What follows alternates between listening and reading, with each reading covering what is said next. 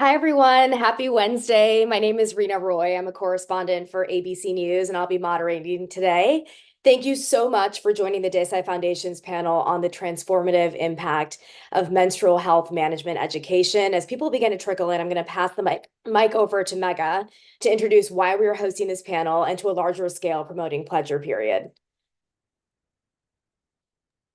Thank you so much, Rena, and we are so excited to be here with all of you today. My name is Mega. I'm the president of the Desai Foundation, and the Desai Foundation has been around for 25 years as a programmatic, impactful organization impacting over 8 million lives across rural India. And what we are really thrilled today is to continue in our 7th year of advocating for the campaign called Pledge Your Period. The real idea here is to break the stigma around menstrual language, menstrual health, menstrual education, and menstrual access. And what we want to do is ensure that everyone has the right, the ability to safely manage their periods, as well as understand what that is. And what that means is educating everyone, bleeders and non-bleeders alike. And so we're really happy to bring together this beautiful collective of people who are insane game changers in this industry. And we're so happy for you all to learn from their incredible expertise. Again, the Desai Foundation is a programmatic organization that empowers health, livelihood, and menstrual equity across 8 states in rural communities in India. Thank you, Rena, for being here. Yeah, thank you so much for having me. So with that, we'll introduce our wonderful panelists. With us today, we have Dr. Charisse Chambers, also known as the Period Doctor. She's back once again for this year's panel. She is a board-certified OBGYN and specialty certified pediatric and adolescent gynecologist. She launched her social media platform, The Period Doctor, in the summer of 2019 after recognizing an unmet need for medically accurate reproductive health information and minority physician representation on social media outlets. Next up, we have Dr. Shara Vostrel, who is the Assistant Dean of Research at the Northwestern University School of Communication and Professor of Instruction and Communication Studies. She is the author of Under Wraps, A History of Menstrual Hygiene Technology and Toxic Shock, a Social History. Also with us today, Chris Bobel, Professor of Women's, Gender, and Sexuality Studies at the University of Massachusetts, Boston. For more than 2 decades, she has been researching and writing about menstrual activism. Chris was once president of the Society for Menstrual Cycle Research, and she is often consulted by media outlets about the rapidly growing menstrual activist movement. Chris is the author and editor of 6 books, including award-winning book, The Managed Body, and the Handbook of Critical Menstruation Studies. Next, we have Pragya Gupta, who currently serves as the Special Programs Manager at the Desai Foundation Trust, where she leads the Asani Sanitary Napkin Program. The program empowers women and promotes menstrual hygiene in 8 states throughout India, as Mega said. Pragya has collaborated with administrations in Punjab to lead the anemia-free Moga program in government schools to improve key areas like education, health, and nutrition. And Dr. Jane Van Dies is an assistant professor of obstetrics and gynecology at the University of Rochester. She lectures nationally and internationally on the intersection of the climate crisis and women's maternal health. She co-founded OBGYNs for Sustainable Future and Time's Up Healthcare and co-admins OB Mom Group. And last but not least, we have Jennifer Weiss-Wolf, who is a leading voice for equitable menstrual policy in America and an avid supporter for the Pledge Your Period movement in previous years. She's the author of Periods Gone Public, Taking a Stand for Menstrual Equity, one of the first books to explore menstruation in the current cultural and political landscape. She is the Brennan Center's inaugural Women and Democracy Fellow and the founder of Period Equity. We are so excited to have all of you here, including those watching from home and even from some classrooms. Thank you all so much for taking the time on this Wednesday morning. So to kick off our conversation this morning, I'd like to start with sort of the history of menstruation with Chris Bobel. Chris, looking through history, if you could highlight 2 pivotal moments, one in the global South and one in the US, when menstrual stigmas impacted access to menstrual resources and hindered social integration.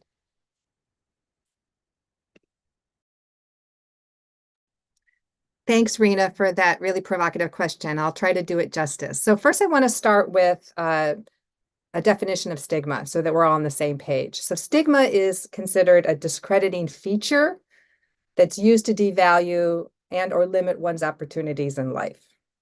Stigma functions as a means of social control. Stigma turns people into others. Stigma moves people from the center to the margin. Stigma instills doubt and constrains agency. Put simply, stigma hurts. Now, menstrual stigma, more specifically, works to keep those of us with menstrual cycles policed, disciplined, shamed, and silenced. Menstrual stigma is old, it is cruel, it is insidious, and above all, it is effective in keeping us in our place.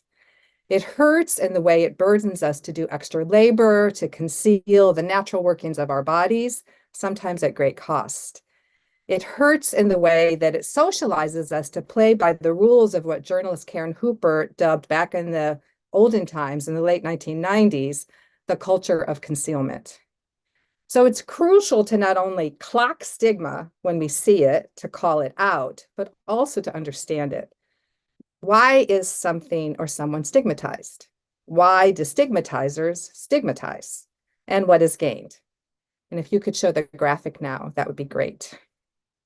So the short answer is, okay, here we go.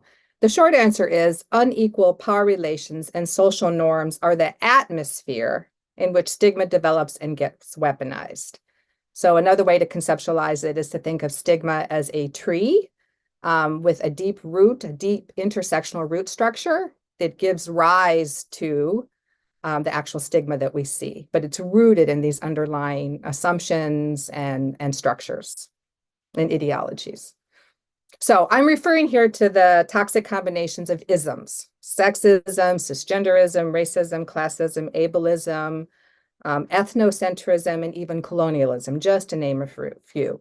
And I want to dig in specifically to sexism a bit, because menstruation is tied to the anatomy of the female body and womanhood more generally, and because women are devalued in patriarchy, menstruation is, by association, not only devalued, but worse, it is stigmatized into hiding. And this applies even though, as we know, not all cis women menstruate, and not only cis women menstruate. As the French philosopher Simone de Beauvoir put it very elegantly many years ago, menstruation signifies the difference between bodies thought of as so-called normal, that is cis men's, and what she called other, that is everybody else. So in systems contoured by unequal power, where there is difference, there is hierarchy.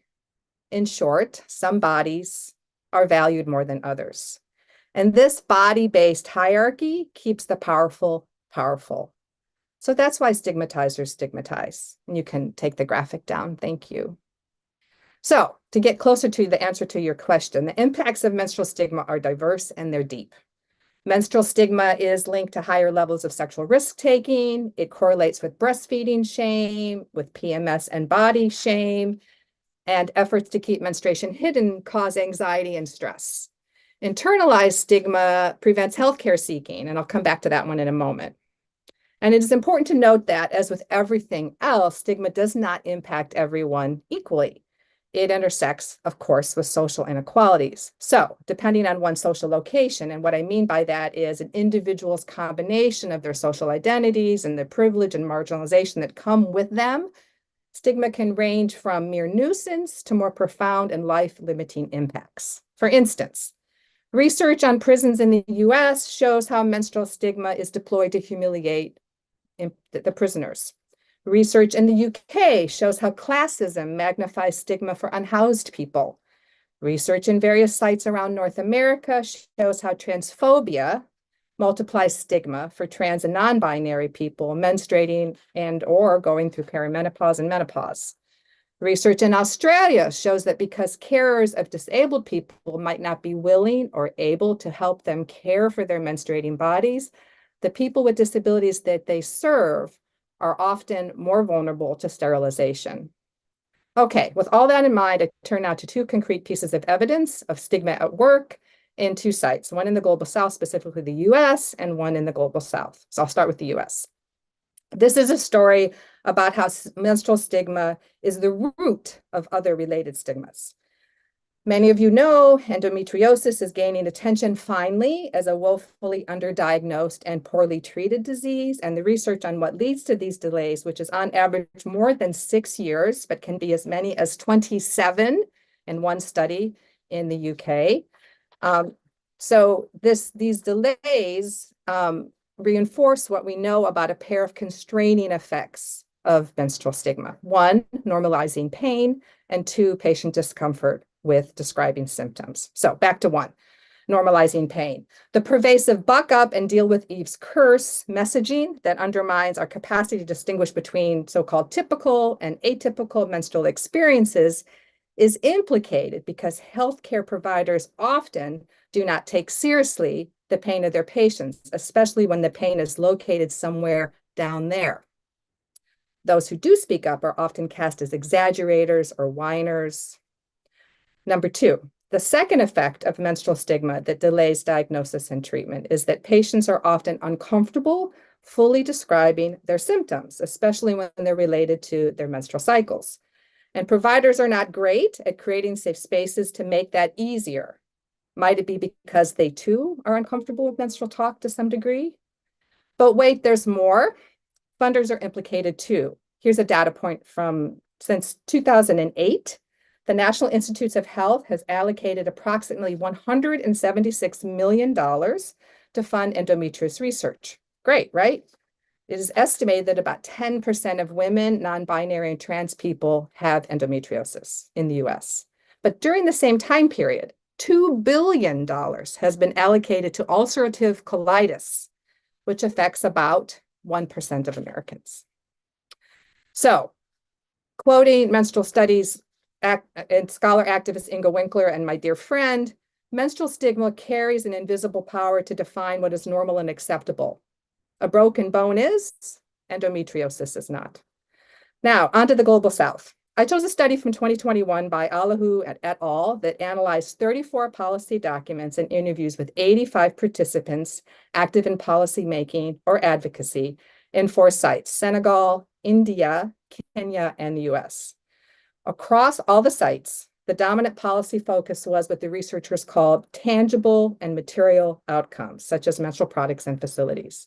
When pressed, the policymakers admitted that the menstrual policies should be broader. They should do more than provide pads or menstrual-friendly toilets, but they felt constrained by often their unstated, but nonetheless internalized menstrual stigma that led them to see menstruation itself, not perceptions of menstruation, see the difference, as the problem to be fixed through more efficient and sometimes more cost-efficient menstrual concealment. But even those who saw the bigger picture felt disempowered. They were constrained by the will of the people at the top who maintained that same very narrow view of what it means to have a menstrual cycle. For them, job one, clean it up and move on. That's menstrual stigma at work. So I'll close with the words of an Indian policymaker who put it quite clearly. The tangible quickly takes precedence over slower, deep-rooted changes. It's easier to talk about menstrual hygiene, sanitary pad distribution schemes, because they're the flavor of the moment. But these schemes do little to change the narrative or to recognize and value the diverse experiences of menstruators across the life course. So to wrap up, stigma hurts, but it doesn't have to. We have the tools to change it. And DECI, for instance, is one organization that is equipping people with those tools.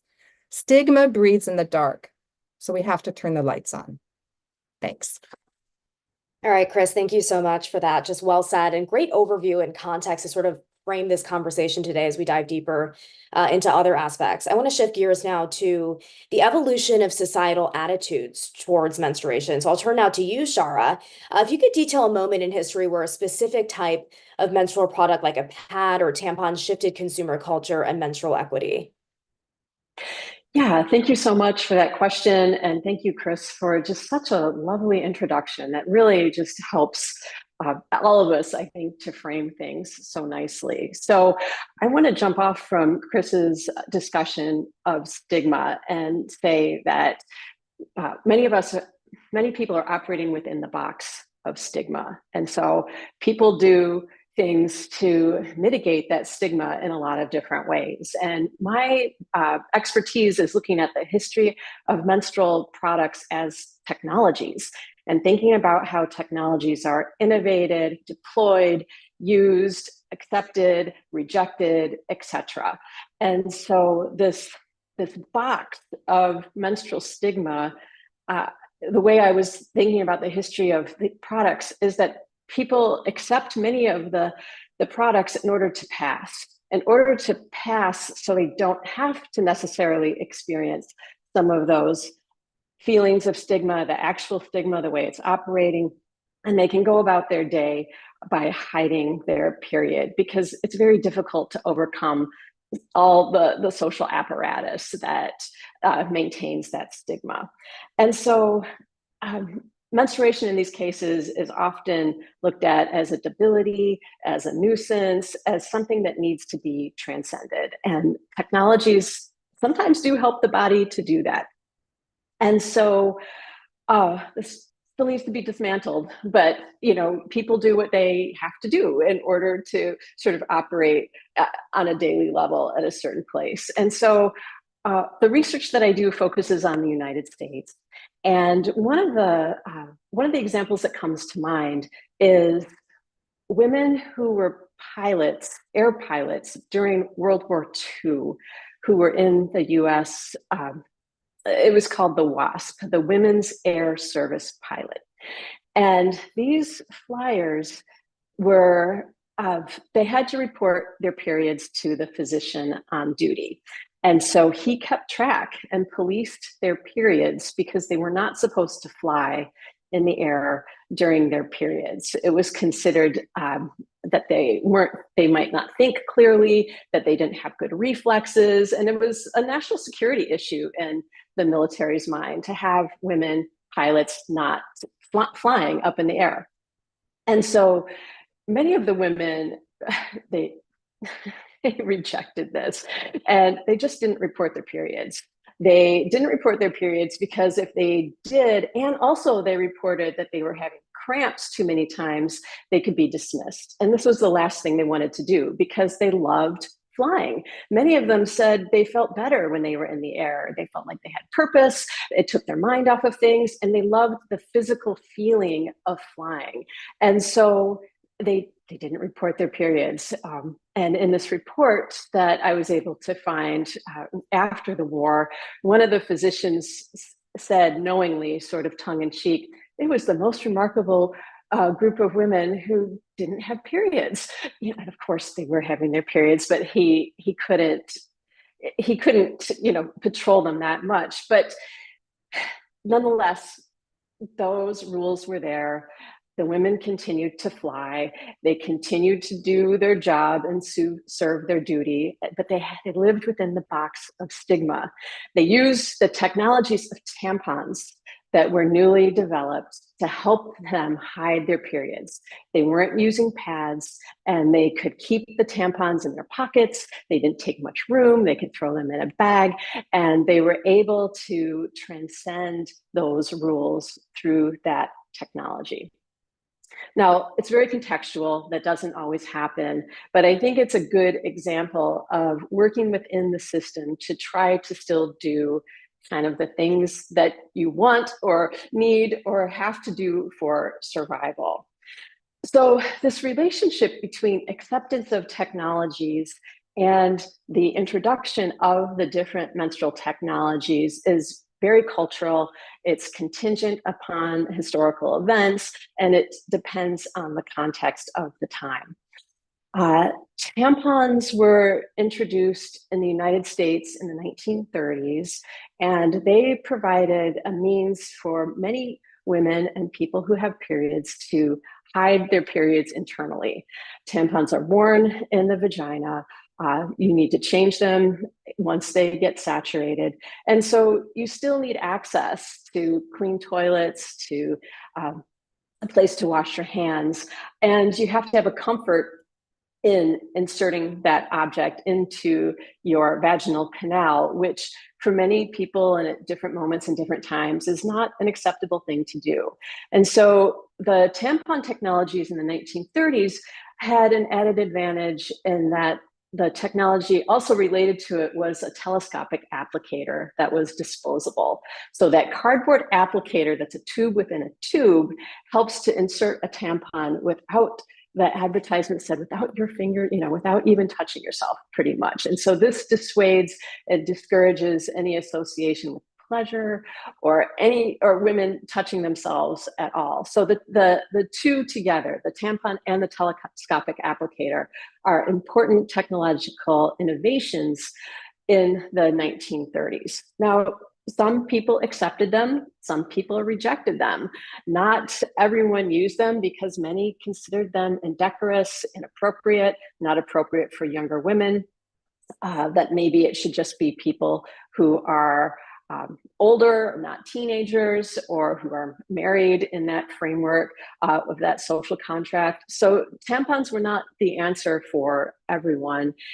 And so they're different products for different folks and their comfort levels. But tampons are on the market for a very long time.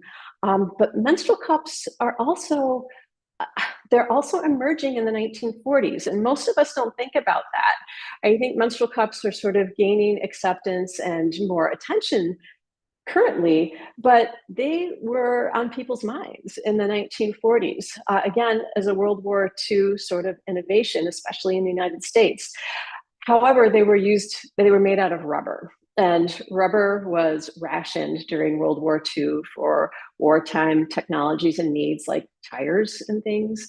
And they must have, menstrual cup made out of rubber must have been very heavy and uncomfortable. And I can't imagine using that. But nonetheless, the inception of the idea is there in the 1940s, but people's acceptance and the timing was not right at that moment. And even when menstrual cups emerge again in the late 1960s, early 1970s, there are many people in the women's health movement who are very happy to accept the technology and have something that is reusable, it's washable, but the company itself came upon poor decision making and some bad business decisions, and it imploded on itself. So the desire was there for the menstrual cups, and it's really not until the late 90s, early 2000s, and more attention to environmentalism, sustainability, and a new generation of people that see this technology as a way to, again, transcend some of the stigma and start challenging long-held ideas about disposable products. The technology of adhesives is another new technology that's really important in sanitary pads. Sanitary pads in the past were made to have straps and tabs that attached to an elastic belt that was worn around the hips. It's cumbersome, they're not particularly comfortable, they cause chafing. And adhesive is an incredible technology, like Post-it notes, where the stickiness doesn't leave a residue on clothing and underwear. And so this is, in some ways, a transformative technology. But again, it still doesn't transcend the stigma. It helps you to have a better silhouette or maybe a smaller product, but we're still catching and trapping menstrual fluid because it's unacceptable. It's really unacceptable to have stained clothing and to have people just sort of bleeding willy-nilly in all different sorts of public places. So technological acceptance is a very strong indicator of a social movement and a culture in change. And so I think we're at that moment again, where there's new technological acceptance of menstrual cups, but it's an incomplete revolution. We haven't gotten quite through it.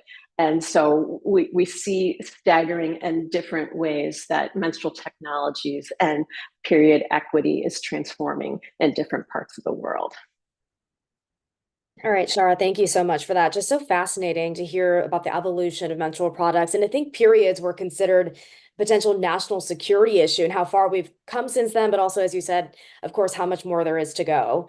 So with that, we'd like to transition from sort of the historical background to policy dynamics now.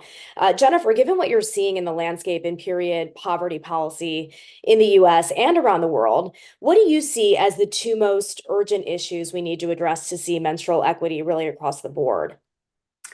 Thank you so much. And I'm so glad to be here with all of you extraordinary thinkers and doers. And my head is just spinning right now. I had remarks written and I've sort of scrapped them because I actually want to put policy in the context of everything Chris and Shara just talked about. Because policy does fall in this weird middle of the Venn diagram about whether it is in service of stigma or it's transcending stigma.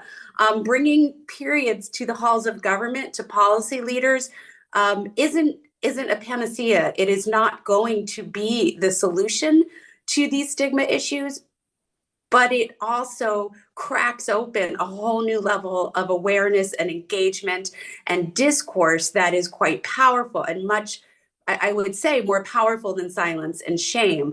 But it lives in between. There's a tension in between it all, and I think it's worth sort of unpacking where we've come over the past decade as a very forward-facing policy movement that had very clear demands that lawmakers and people who think about the genesis of laws, people in the judicial system and legal academics have thought about as well.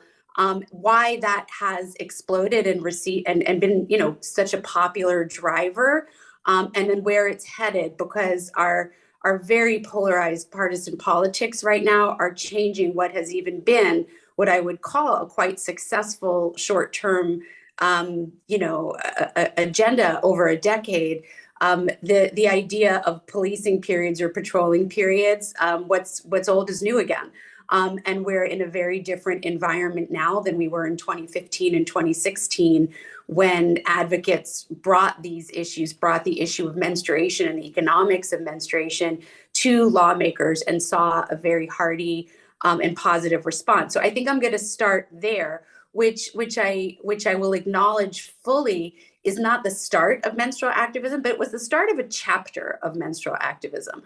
And the idea that the economics of menstruation and what it means to answer the simple question of what it looks like for people who can't either financially afford or socially have access to menstrual products, how that became a driver for public policy. It was a very simple question that the public could understand, that lawmakers could understand, and that movements could understand. So whether the context was kids in school or people who are being detained or incarcerated by the state, or people who rely on public budgets for various aspects of their lives, whether it's public benefits, whether it's through support in housing or other emergency care, the idea that menstruation had been left out of the equation on all of those in all of those facets of life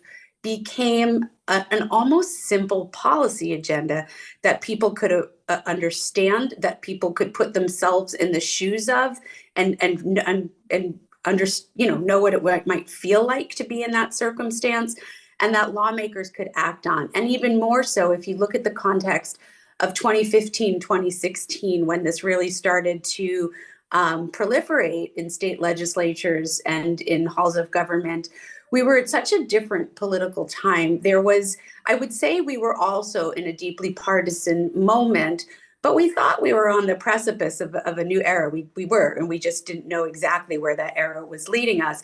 But there was room for bipartisanship, there was room for conversation, and there was room for civility.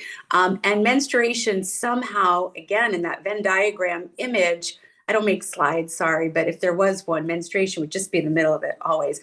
But that was something that suddenly lawmakers on all sides could see benefit for themselves in engaging in. I'd like to say that they saw benefit in advancing the policies, but I don't know that we could put that much goodwill on all lawmakers. But Democrats certainly saw it as something that fit a pro-women, feminist, social justice framework. Republicans and or libertarians saw it as something that could be in the perspective of smaller government when we talked about taxation on menstrual products, or something. And this phrase and frame, menstrual equity, I'll just sort of throw in, is one that I use, obviously, and it was designed, at least in my head, to be sort of a policy dog whistle, not to really be a movement descriptor. It was a way to get sorry to be partisan, it was a way to get conservatives and people who really didn't ever think about the well-being of women to use some sort of traditional American values that might otherwise, engage or inspire them. So equity, to me, really spoke to equitable participation in the economy, in one's education, in civic life. And it seemed more likely to me that conservatives and folks who weren't accustomed to thinking about justice and the values of justice or even democracy would attach themselves to that, and might be able to see themselves or see their constituents in that light. I wrote a piece in 2018 with a Republican lawmaker. It was a first, last for everything, and we wrote about why there were shared values in this argument around menstruation as a matter of public policy. And he went on to say, he was from Illinois, and he went on to say that not only did their Republican-led legislature at the time pass two laws, one ensuring menstrual product provision in schools and another eliminating sales tax on menstrual products, were passed by the Republican-led legislature and signed by the Republican governor at the time. But that same legislature and governor went on to become the 37th state to ratify the ERA, followed by Virginia as the 38th, which brought it back to the federal landscape. Sidebar for folks, sex-based equality still not written into the US Constitution, but we're getting there. But Illinois went on to really play a big part in that fight, as well as to expand its state Equal Pay Act. The legislators said because they engaged on the question of menstruation, and it caused them to listen to their constituents differently. It caused them to see something they hadn't seen before. And it caused them to make connections that they had failed to make prior. He acknowledged there were certain things we would never see eye to eye on, but the idea that menstruation was actually a bridge to thinking about equity and equality in a different frame was really inspiring to me. I will say that was then, and this is now. While it has been what I would call a very successful movement in mobilizing young people and mobilizing cross communities, really, truly intersectional organizing, thinking about menstruation through the lens of gender, through the lens of the economy, through the lens of freedom, through the lens of liberty, that has all been really exciting. That there was bipartisan support for a period of time also was really exciting. There's still some bipartisan support. It hasn't completely fallen by the wayside in this new era. And sometimes there are trade-offs with that. There's some cheap grace that otherwise really, disingenuous and perhaps really dangerous lawmakers are willing to leverage to take on shared issues. And as advocates, folks have to decide if they're comfortable with that or not. But I would say that in this sort of post-Trump, potentially pre-Trump era again, that we are in our politics, where state legislatures and state courts have always had power, but have an extraordinary heavy hand right now in our politics, in part because of the Supreme Court that is now sitting at our nation's capital, and in part because of just how the winds of power blow. We find ourselves in a place and time where education is under attack, where science is under attack, where bodies are under attack, where our bodies are under attack, and how menstruation plays a part both in coalition and movement building is something we need to grapple with anew, as is how menstruation provides a wedge for the opposition. Something that Megan and I had talked extensively about last year was when, led really by the state of Florida and the Florida state legislature and governor, full-on attacks on LGBT humans, on trans humans, on education, on access to books, on access to information, was in its, sort of flourishing.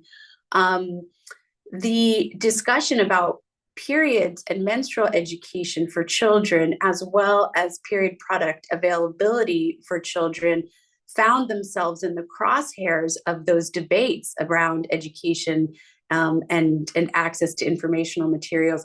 And that was really disconcerting and terrifying. I had sort of maybe naively assumed that because we had enjoyed bipartisan support and co-written op-eds with Republican legislators in 2018, that we were somehow, that we had a clearer path to broaden our agenda, and we were quote unquote safe. And it was a real wake-up call that in authoritarian regimes that none of us are safe. And it was really, I think, a call to what our activism can and could look like going forward. I would say that our activism has been very thoughtful and inclusive. And I guess it just is at the point in time where thinking creatively about what it looks like to even double down on those values matters to us. The last thing I'll say, and I don't know if I'm over time or not, I can't see a clock, so you can always give me the hook. But if I can just say real quickly, I've in my own work, my own research and my own writing and my own advocacy have become really fascinated with questions about menopause and public policy because, obviously, and I've been completely, my mind has been riveted by what the policy implications and policy possibilities for menopause are going forward.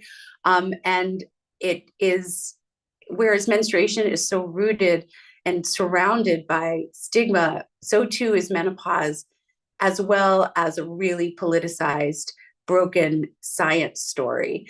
And the combination of science and stigma may be something that is even more powerful to break through on, and it's something I've become newly invested in. And so I would love to welcome all of the menstruation related thought and advocacy and engagement to please join in a conversation that goes deeper to the full arc of our bodies and our lives.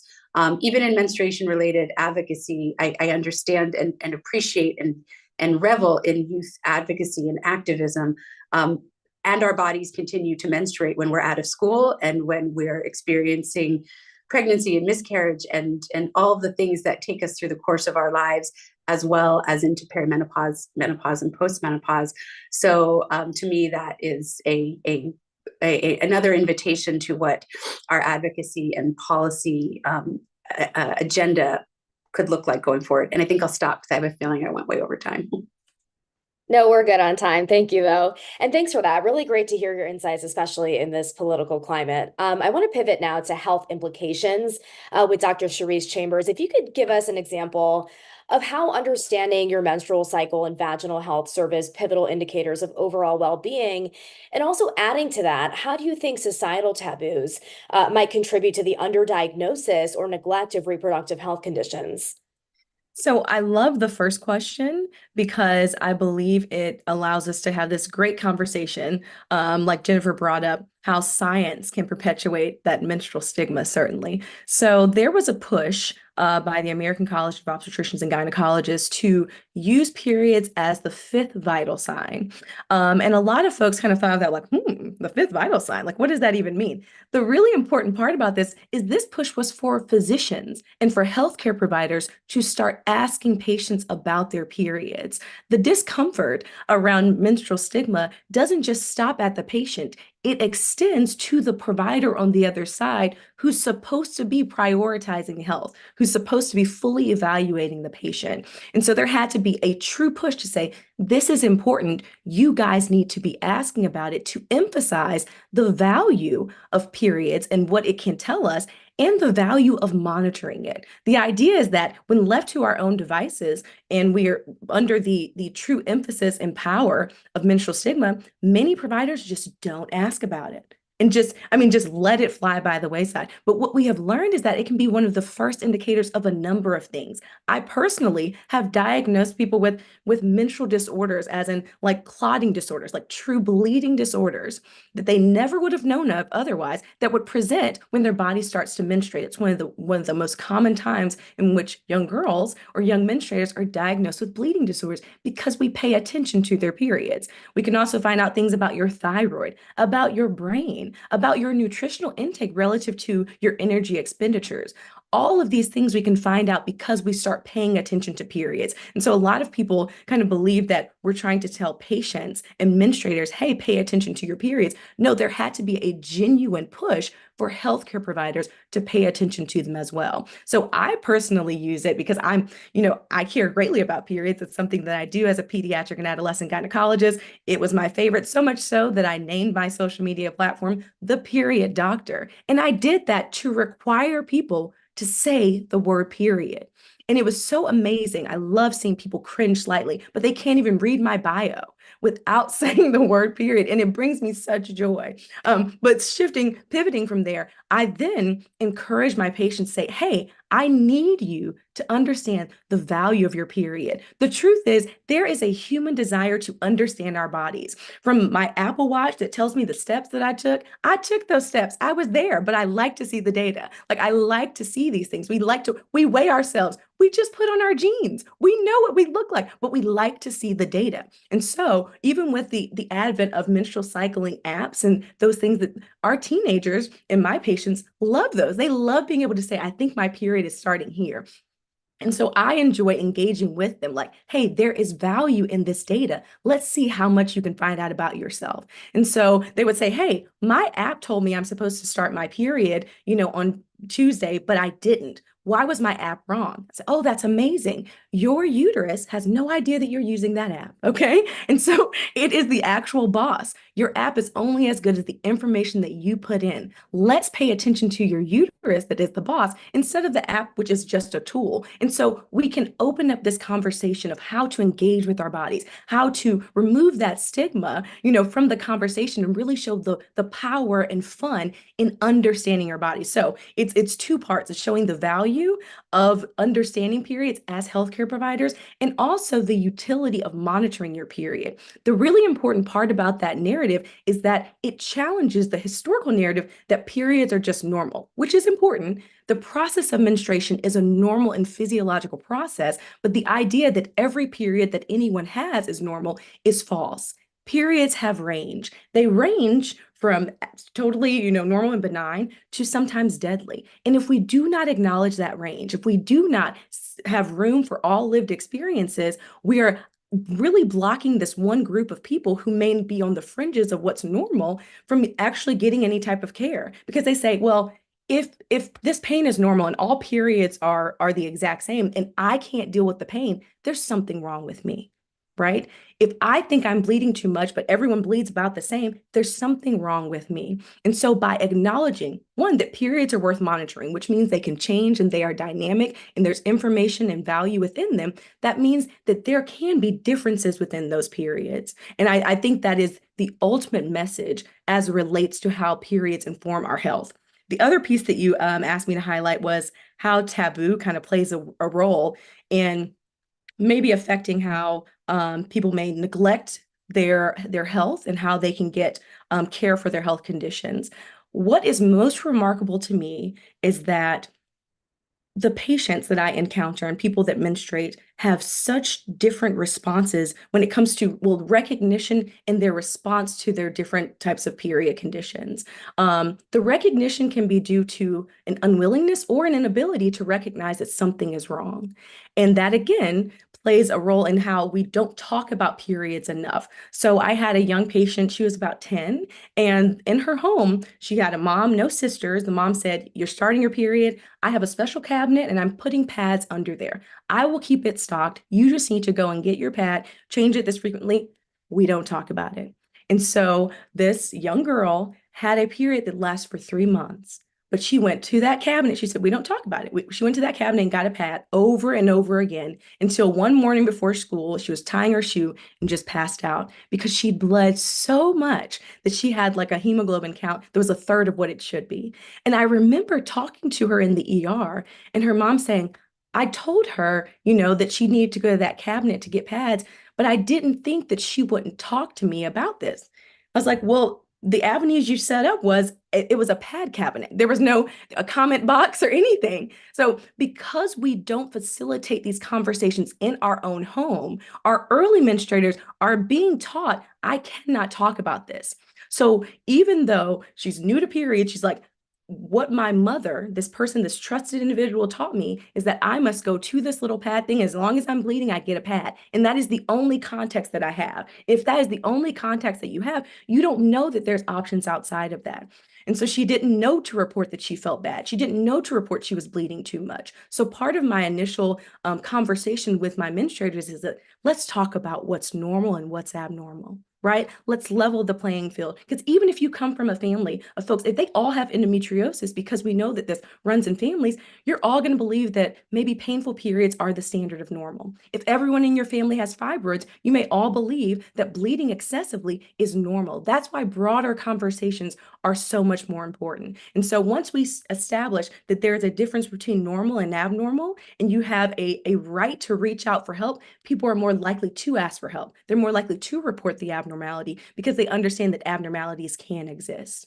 So when we're not able to report these abnormalities, we have to have blood transfusions, we have to have emergency surgeries, and in rare scenarios, people actually die. There have been people who have died because they bled way too much and told no one. And so the impact of stigma, specifically in the health space, is profound. It is something that I fight to overcome on a daily basis. It is not enough to be a provider that loves talking about periods. I must empower every person that comes in my office to speak about periods, to own their period, and to be able to say, I have a right, a like God-given right to live a life where I am happy and fulfilled. And I do this in a way where I manage my period in a way that suits me. And so that is removing stigmas generationally, talking to mothers and grandmothers and even fathers about some of their deeply held stigmas that are negatively impacting the menstruators in their life. And so it's a beautiful space to be able to affect change here, but there's so much more work that needs to be done. There's so many more healthcare providers that need to get on board with truly, truly attacking menstrual stigma at its root with those patients in that room on a regular and continual basis. Thank you so much for your insight, Dr. Chambers. And who better to learn from than the period doctor herself? And just a great reminder that knowledge is power, especially when it comes to our bodies and making informed decisions about our bodies. Dr. Jane Van Dies, I want to turn to you now and shift focus to environmental factors.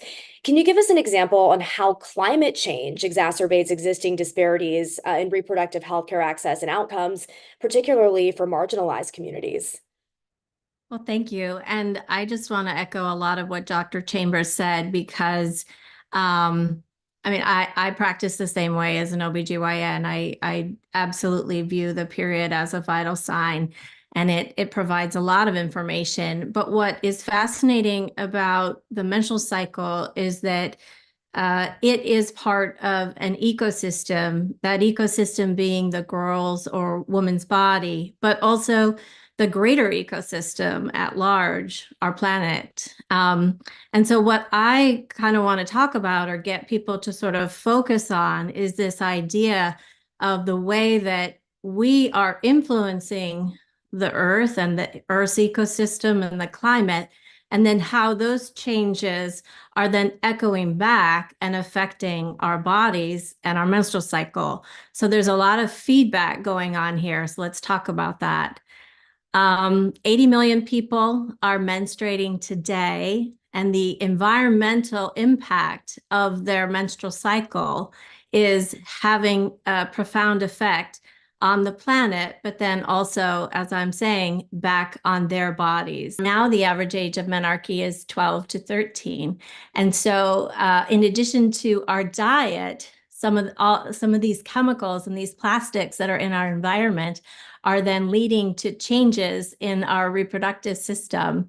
And I would say deleterious changes, right? I mean, one only has to look at that 10-year-old girl that went to get an abortion, and how the state tried to intervene. Well, we're at 1900, she might not have even been pregnant because she wouldn't have been exposed to all of these chemicals in the environment. And then a recent study out of Kenya showed that girls who were subjected to high levels of air pollution had increased risk for endometriosis, which obviously then can lead them to have heavier periods. So you see how all of these things are in cycles with each other, that no one action occurs in oblivion. Everything is related.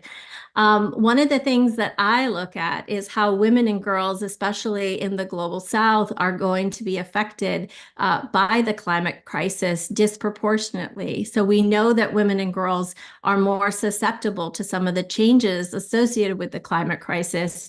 It becomes harder for them to get food and water.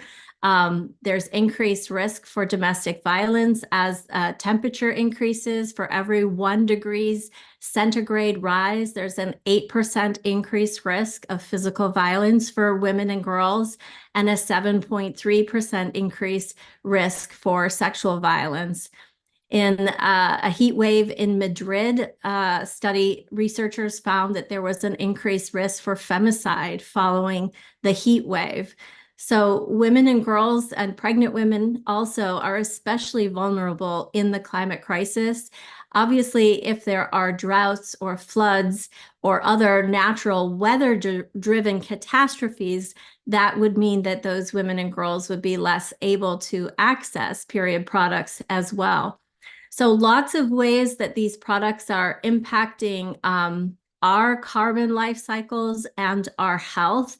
And it would be great if we could be more conscious of the types of products that we're using, and if we could demand that our governments require accountability and transparency in the labeling of the products and their impacts on the environment.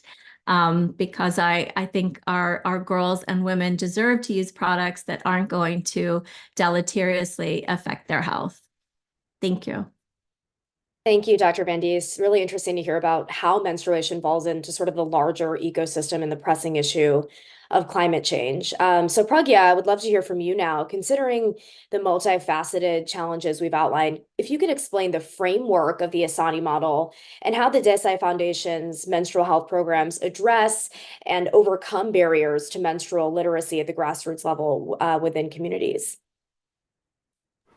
Okay, so hi everyone, and it was lovely hearing you all. It was so insightful.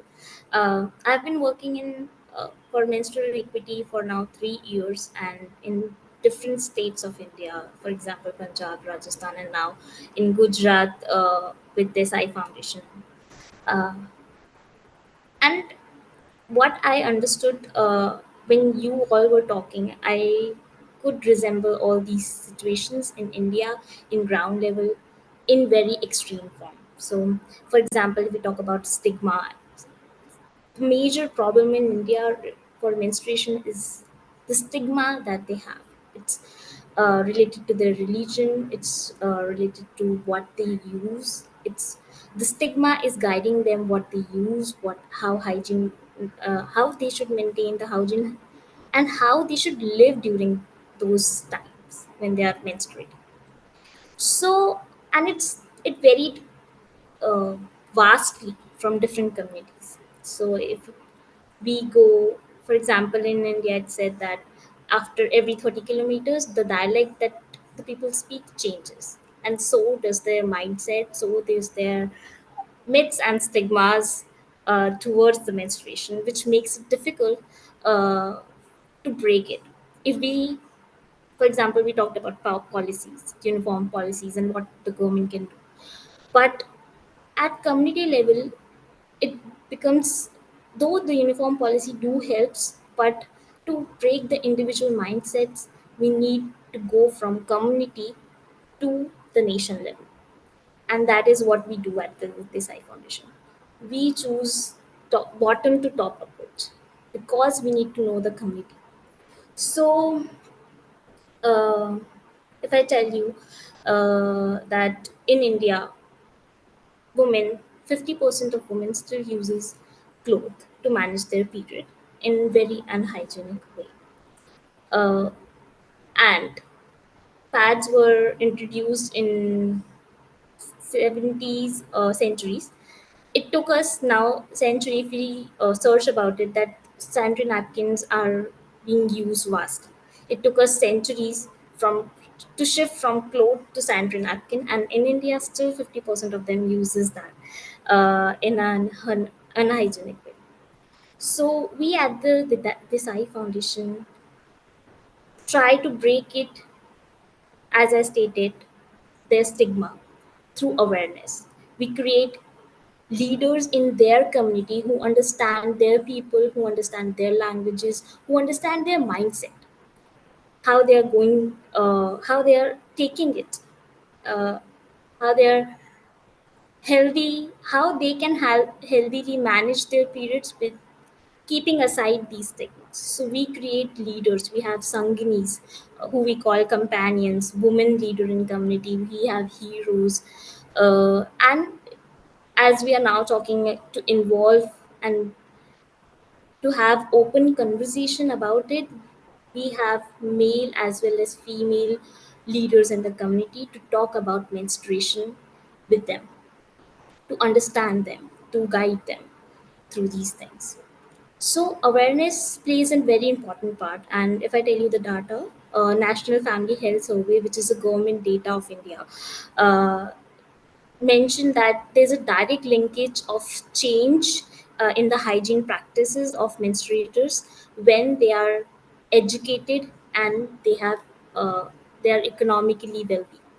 So that is why awareness plays a very important role. When we give awareness in the communities, when these leaders take the follow up of these people, and when our partners, main pillar of our organization, the local partners, take the follow up of these communities through awareness and follow ups.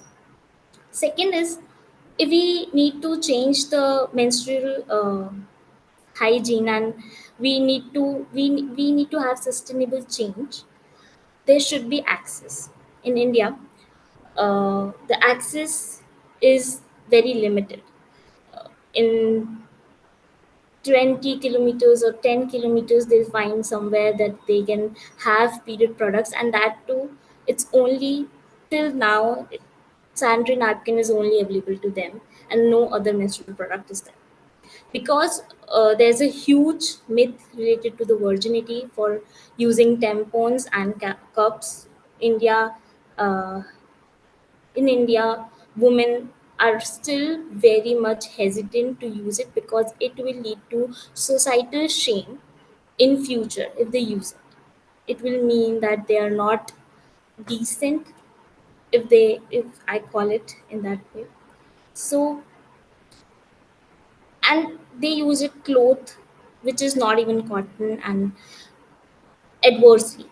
So we at the Desai Foundation produces our own sanitary napkin by the local women. So this brings a really great impact in their life. The women of that same village who had never talked about periods to their mom, as Trish said that women, girls don't talk about it and mothers don't tell them. So these mothers work in those production unit and produces sanitary napkin. It brings a huge change in the community.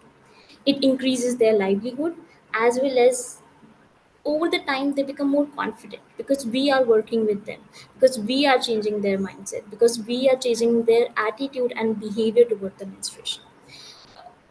Along with that, as stated, that we have sanganis and heroes in our community who are continuously working to change the mindset and the behavior by providing them what is normal and what is not normal in menstruation, so that they can be fully aware of what their body is going through and what are their experience, and whether it is normal to have it and not normal to have it. So these what leaders are also getting livelihood by providing the access to the period product that we produce. which is Asani sanitary napkin.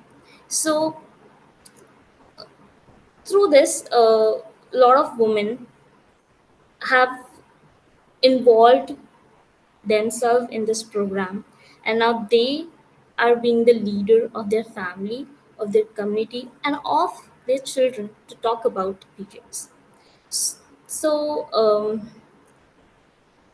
also, I would like to add that the gynec camp. So, in India, you would see that there's no health professional in communities to if, for example, a woman know that her body is the changes that she's experienced is not normal, she would not have anyone to go and talk.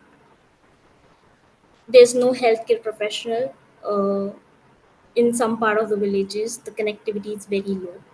So we organizes the gynec camp, gynec checkup and awareness camp in those communities, where they can be freely treated for their whatever underlying issues that is identified, and they are taught about how to approach a gynecologist.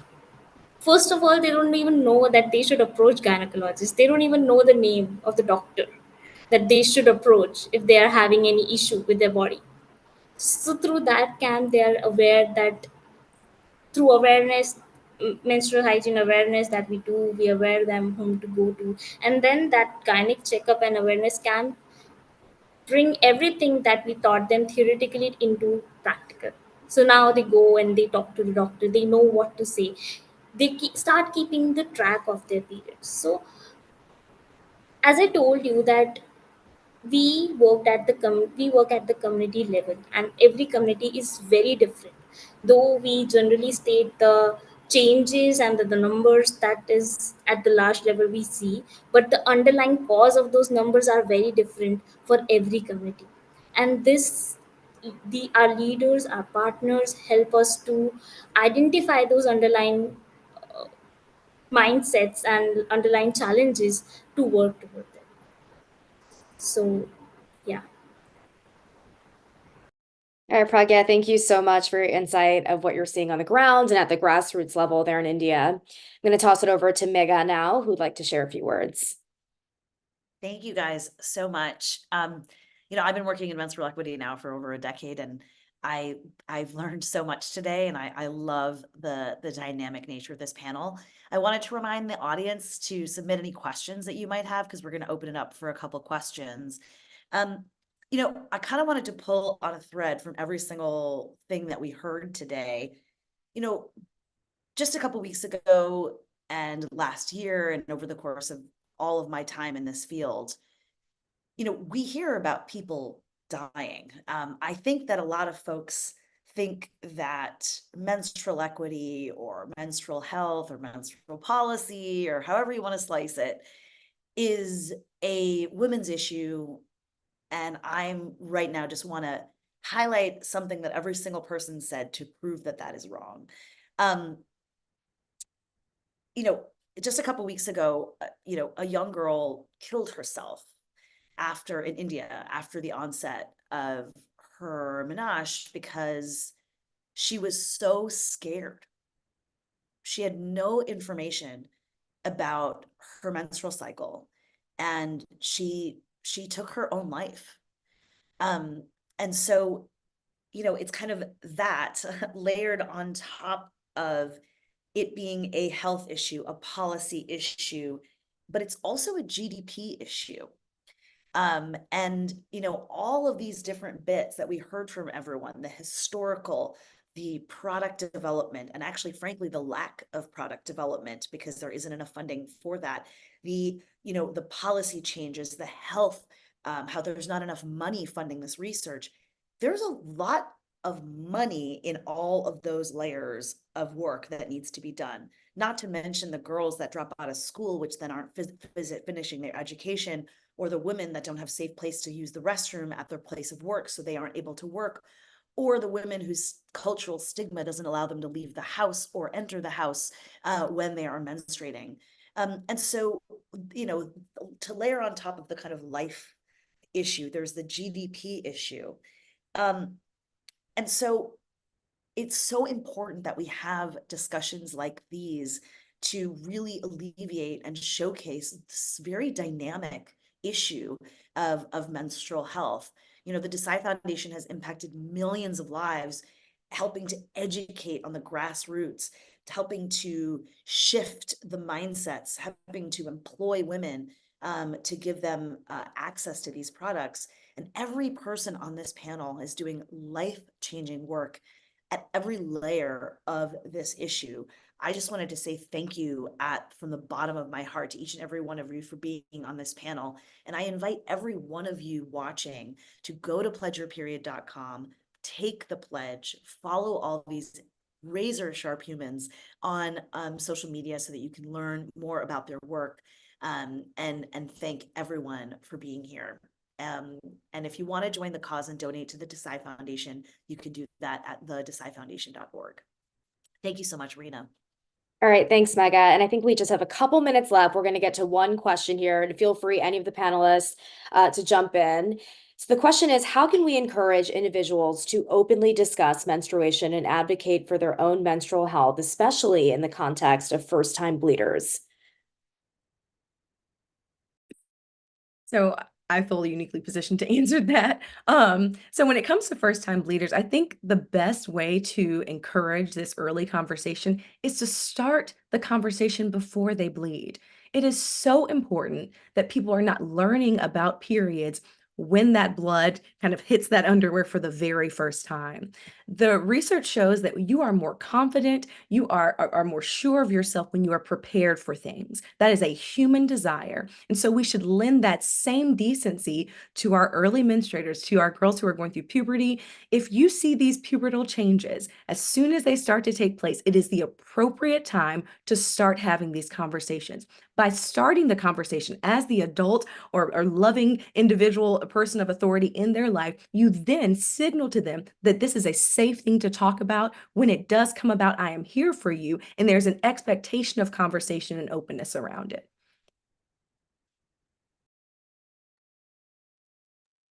So I just add to that, I love that response. That's beautiful. And I think that for first-time bleeders, we have an opportunity to either establish a narrative of body positivity or neutrality or negativity at that moment. So if we take the time to normalize, that does not mean homogenize. That doesn't mean every period is the same, as Dr. Chambers made really clear. If we let folks know that their body can potentially be a site of curiosity and pleasure and power, then we set in motion an entirely different relationship to the body across the life course. And that's for menstruators and non-menstruators alike. So I think, I mean, the reason why I've stayed interested in this topic for so long is that it's about the blood, but it's about so much more than the blood. It's really about body autonomy and sovereignty, and about being in our bodies in ways that are comfortable and confident, and challenging this general narrative of your body is a problem, you need to fix it. Also, I would also like to add that the education material that we provide to these girls, right? Uh, Cherish has rightly said that we need to start it before they actually experience it. And before they experience it, they need to see it. It's not talked about, it's hidden. The product is hidden. The whole process is hidden. So I think the uniform the platform where we can all find these girls is cool, and we need to have these posters. We need to have these posters in their washroom so that they can go and see, and they'll know that okay, this is period, this is something. Because washroom is some place where girls can openly talk about with each other about anything. So that can be utilized, I guess. All right, well, thank you so much to our panelists for joining this Pledge Your Period panel. I know I certainly learned a lot, and I hope you all did as well. As we kick off Menstrual Health Month and the Pledge Your Period campaign, this panel is really just a good reminder that using your voice in this space can truly make a difference and help end the stigma surrounding menstruation. And the goal here is also to raise $30,000 during the month of May for the Asani Sanitary Napkin Program, and that money will directly impact 5,000 menstruators with a year's supply of Asani products. And you can donate from the QR code or go to pledgeyourperiod.com for more ways to get involved.